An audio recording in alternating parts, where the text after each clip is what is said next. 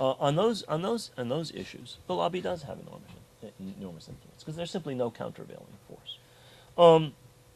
What I also show in this book is that what we have had in the case of Palestine is very illustrative, I think, of an important reality about the United States in the Middle East. And this is that the United States has certainly had a long-standing relationship with Israel.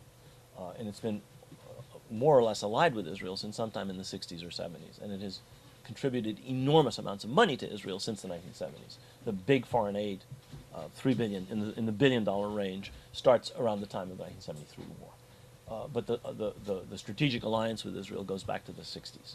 Even before that, the United States and Israel were very close. But one of the points that I try and make in this book is that there is a pillar of American Middle East policy which, in my view, is more important than Israel, and which is older than Israel in terms of how long the United States has been invested in it. And this is the relationship with Saudi Arabia. This is the relationship with Saudi Arabia. There's a seat up here in front if you like. The United States first developed a relationship with Saudi Arabia in 1933, which is when the oil deal between the companies that became Aramco and King Ibn Saud, King Saud ibn Abdul Aziz, the founder of the modern kingdom of Saudi Arabia, was struck. And this is a relationship which is absolutely central to the American position, not just in the Middle East, but in the world as a whole. This is a vital American interest. This is actually more important than the relationship with Israel. And the argument I make in this book is, and by the way, this has nothing to do with, not nothing to do, this is not solely a function of Saudi oil exports to the United States. People have asked me, well, what about when the United States becomes oil self-sufficient, as may happen in 2020, according to reason? It won't have any impact. Saudi Arabia is the swing producer. Saudi Arabia is the largest oil producer in the world. Saudi Arabia has the largest reserves of oil in the world. That will continue to be the case whether the United States is energy sufficient or not. And the United States is the 900-pound gorilla in the world economy. Saudi Arabia is vital to the world economy and is vital to the United States for reasons that have nothing to do with whether we import oil from them or don't. In fact, most American oil imports come from the Western Hemisphere and West Africa. They don't actually come from Saudi Arabia. And when we stop importing oil, as we apparently may sometime in the next decade, that won't change the relationship. It's not only a relationship which is important because Saudi Arabia exports oil or exported oil to the United States. When the relationship started, the United States did not even import oil from Saudi Arabia. We were a net oil exporter in the 1930s and 1940s, and in fact into the 50s. It was important because that oil was vital to the reconstruction of Western Europe in the Cold War. It was vital to the reconstruction of Japan in the Cold War. It was a vital American interest. And I quote a State Department memo which says this is one of the greatest prizes in world history. I would argue that that was an accurate assessment. And I mention this not because this is a book about the United States and the Middle East, but because this is a book about American policy on Palestine, and this is really important in terms of American policy on Palestine. Where issues between the Palestinians and the Israelis are concerned, not only will Israel weigh in, but the supporters of Israel in this country will weigh in. Well, it may be argued, what about a countervailing Arab lobby? Where is a countervailing voice? And the point I make is that from the very beginning, from 1945, when President Roosevelt made two promises to King Abdul Aziz after he met him in Egypt in March, and just a few days before the president died, from that moment on, the United States has really understood that it can take Saudi Arabia for granted. It made promises in 1945 in the form of a letter that President Roosevelt sent to the king in April of that year, that the United States would always consult with the Arabs over Palestine, and the United States would do nothing that would harm the Arabs in Palestine. That promise was, of course, never kept. In fact, President Truman, when he came into office, denied that there was any such pledge, and the State Department had to produce the letter for him and show him that, in fact, your predecessor had made these promises to the Saudis. I go, in the introduction to this book, into how embarrassed the President Truman and his Secretary of State were about this, and how the United States, from that moment on, understood that it could take Saudi Arabia for granted. The Saudis were not going to do anything about it if the United States showed overt bias towards Israel, if the United States did not consult with the Arabs, and if the United States did things that harmed the Arabs of Palestine or other Arabs. And I take this argument through a number of instances where people would argue, well, here's a case where the Saudis have done something like the Arab oil boycott.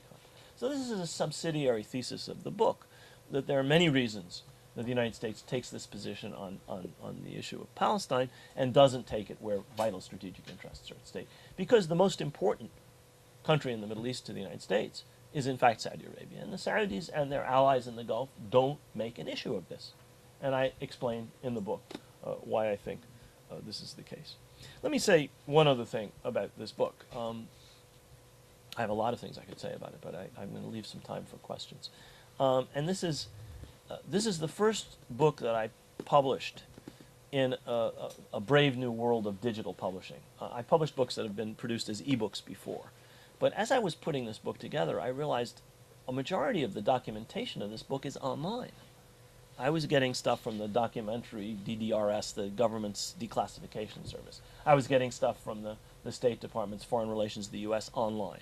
I was getting materials that are really only available, in fact, online in some cases, from governmental sources and other sources.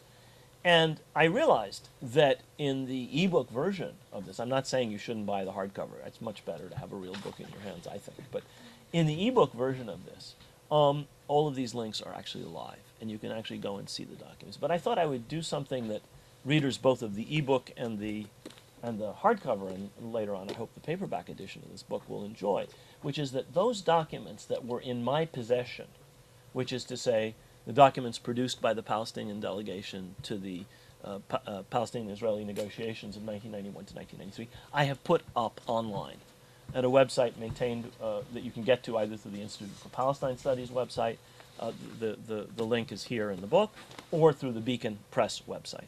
And so you can actually read 15 of the confidential documents, never before published, released by me today with the publication of this book. And you can see what Baker said on the 22nd of November, telling the Palestinians, your delegation members can't come into the State Department building. Only a certain group of them can come in.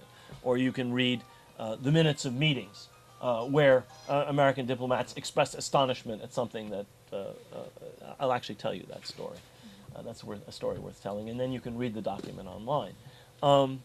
At one point in the negotiations, this is the Washington negotiations in which I was an advisor to the Palestinian delegation, we were informed, the Palestinian delegation, were informed by the PLO in Tunis that negotiations had been going on secretly with the Israelis, that Yasser Arafat and Yitzhak Rabin had come to an understanding about certain matters relating to security, and that the leadership would be very grateful if the delegation would be so kind as to inform the Americans of the tenor of these understandings, so that the United States didn't feel that it was being blindsided by a confidential Israeli-Palestinian deal that wasn't being made in Washington. It was being made somewhere else.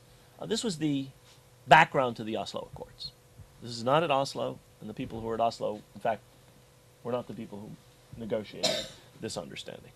And we were informed of this one night, and we were told to prepare a draft for the next morning, and we asked for a meeting with the Americans. And Aaron David Miller and Daniel Kurtzer, who were the two of the stalwarts of the American group that negotiated with us throughout, in fact, have been involved, both of them were involved for more than 15 or 20 years. The only person who was more involved than them was Dennis Ross, were the two people we were supposed to meet with. So we sent, this is not in the book what I'm telling you now, this is all for you guys. So we sent a draft of what we thought we had been given to understand had been agreed upon by Prime Minister Rabin and Chairman Arafat. And I actually drafted it, and we gave it to somebody to fax to Tunis. And it came back with all of these emendations we'd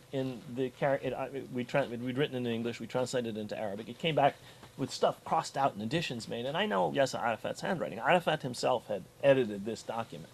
And where we had said some PLO officers, he said forces of the PLO would be allowed into the occupied territories. Where we had said there would be some security coordination. There will be full and complete security between these. Okay, if that's what you agreed with the Israelis and that's what you want us to tell the Americans, that's what we do. So I redrafted, my colleagues and I redrafted the thing into English. We shot a copy off to Tunis. They had no problems with it. And we sat down with Kurtzer and Miller. There were 5 or 6 of us. The names are in the book. And it was one of the most amusing encounters of my life. because we were talking to two people whose whole careers had, large parts of whose careers, had been taken up with negotiating Palestinian-Israeli issues, and who sincerely believed that under no circumstances would Israel talk to the PLO. And we were instructed to tell them that not only had the Israeli government headed by Prime Minister Rabin, which had just come into office in 92, and this was in the spring of 93, not only had they talked to the PLO, they had come to an agreement with the PLO. They had not only talked to and agreed with the PLO, they had agreed to allow Palestinian armed forces into the occupied territories. And I could read to you what they say here, but the least that can be said was that they were astonished. And the other thing that has to be said was they were really angry. They were furious. And later on, I didn't understand quite it, but I could understand why they would be surprised. I didn't understand at the time why they were furious. They were furious for two reasons. Nobody tiptoes around the back of the world's only superpower and does deals on their own when the United States State Department is the venue where you're supposed to be negotiating your deal.